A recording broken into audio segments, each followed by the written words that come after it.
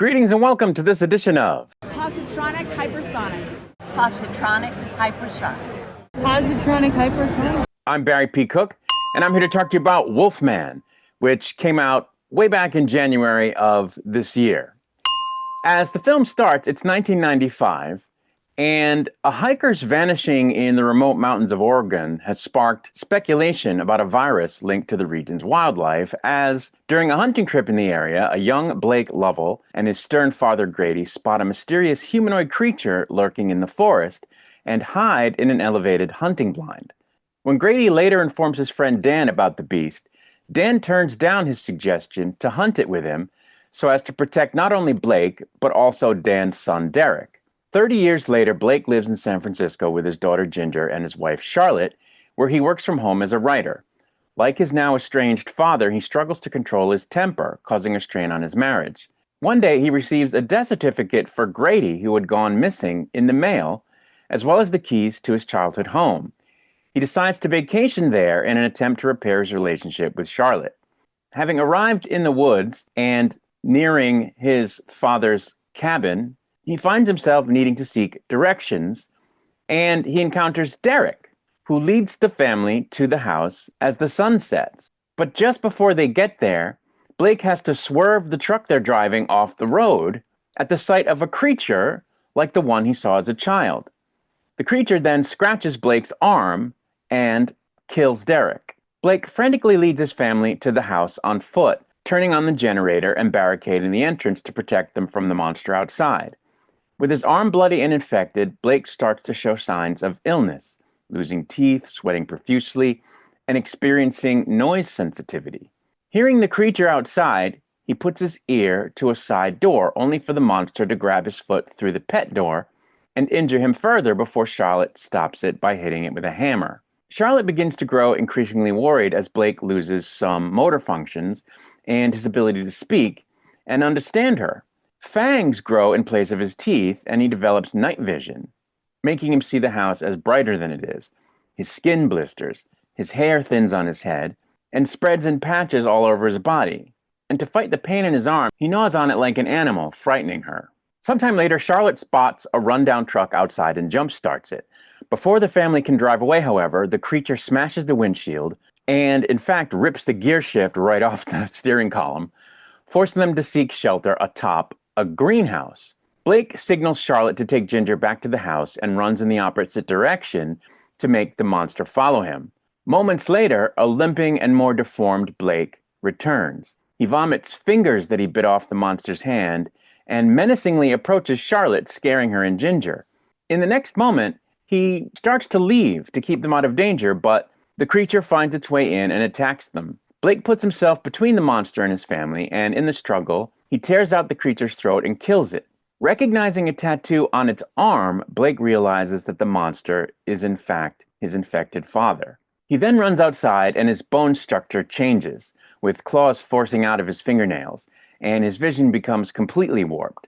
Now a fully transformed werewolf, and unable to control himself, he charges at his family, who flee to a nearby barn. Blake claws his way inside and attempts to sneak towards them in the dark, but is caught by a bear trap that Charlotte had laid down.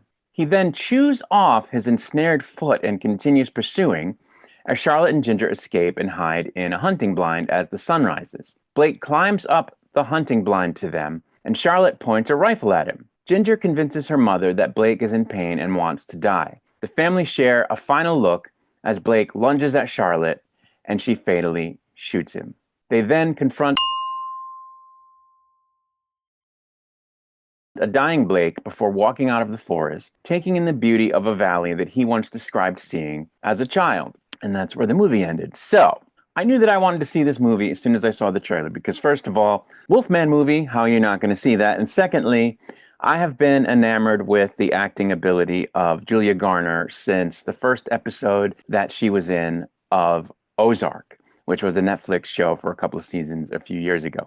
She's a fantastic actress, and I had to see this movie, which I then went the next 6.5 months without managing to see. But I finally saw it, and I went into it without seeing any reviews, not on YouTube or in print or anything. And I was surprised when I did see some reviews and read some reviews after seeing the movie, because so many of them were one degree or another of less than positive, ranging from less than great reviews to downright awful reviews. And I was surprised, as I say, because I really liked this movie. I thought that it was very well done as a different take on the werewolf story. I say that because I don't remember seeing previously a werewolf movie that, first of all, depicts the person who's scratched or bitten by a werewolf as someone who changes into a creature that is then a full-time werewolf, as opposed to a lycanthrope, someone who is human for most of the time, except for nights of a full moon where they transform into a werewolf and then transform back when the full moon ends. So that was interesting. And it was not only that they depicted that, but it was the way they depicted it. It was that they gradually change just about immediately after being infected into this full-time wolf creature. It starts to transform them immediately, and it takes a certain amount of time, but they gradually lose all of their humanity, as opposed to it being a situation where they're human and then they transform into a full-blown werewolf and then they transfer back. So I really enjoyed that because it gave you the opportunity to see the person experience this gradual change where they sort of go mad over a short period of time and lose their grasp on human reality and their ability to understand and communicate with the people around them, who are, of course, horrified that this is happening to them because they don't actually know what it is. I mean, there are sequences where people are talking to him and you're seeing things from his perspective, and all he's hearing is mumbo jumbo. And it really is a disconcerting feeling that comes over you that they're trying to say things to him and he can't understand them. And it's, it's something that you imagine yourself going through where you can't understand what people are saying to you. And it's very off-putting. And I just really enjoyed that because it's not something that you see in these werewolf movies, at least not as much of it as you see in this. And, for part of it, he is cognizant and still self-aware and still knows the English language, but not only can't understand it being spoken to him, but can't speak it, but he can write. So there are moments where he's communicating with one-word notes.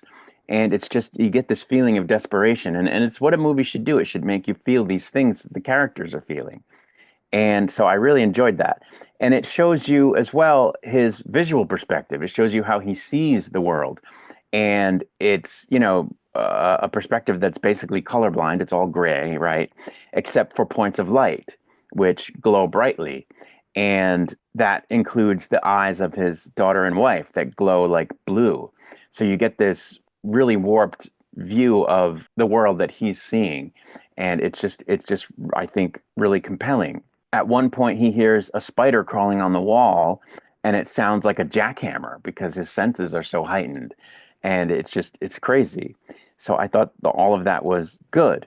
I liked that in the end, the wolf that was attacking them, the werewolf that was attacking them was his dad. I thought that was very poetic and well done. And that he's still aware enough to realize that it's his dad at the end, I thought was cool.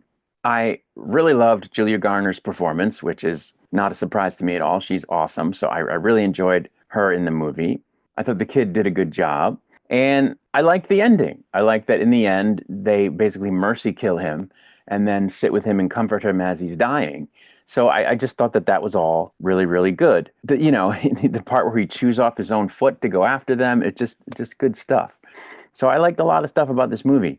The only thing that kind of threw me was he seems at one point to go back and forth between wanting to harm his family and wanting to protect his family. And I guess they wanted to show you that as he was transforming over the course of this period of time, that he was conflicted, that his humanity was still there, but that the wolf was taking over. I just thought that the particular way that they did it didn't really work. Like, it's one thing to show a character being tempted to give in to an animal instinct and then refraining, but what he would do is give into it up to a certain point and like almost hurt them and then pull back. And And even that's fine. But then, for a period of time, he's in protector mode, but then he goes back to I'm going to attack you mode. And then he goes back to protector mode. So it was a little weird that they did that, but it didn't hurt the film at all. I think, overall, the movie was just really well done and really presented a different take on the werewolf genre that I thought worked and that I liked. And so I really just like this movie, and I think horror fans should definitely check it out and don't listen to these negative reviews. There were reviews that said, "Oh, it's disappointing," or "Oh, it's complete garbage." And I I don't agree. I think those reviewers are wrong, and I'm very glad that I saw the movie before I saw or read any reviews because it would have jaded my experience, and I may have come away liking it less, and I would have been disappointed by that. But I saw it without the reviews, without having seen the reviews, and I'm happy I did. I really liked this movie. I just wish I had seen it closer to when it came out because I'm a little bit behind the eight ball here. But anyway, that's really it. I'm going to get out of here. I'll be back with another video soon. Until I return, I wish you peace and long life.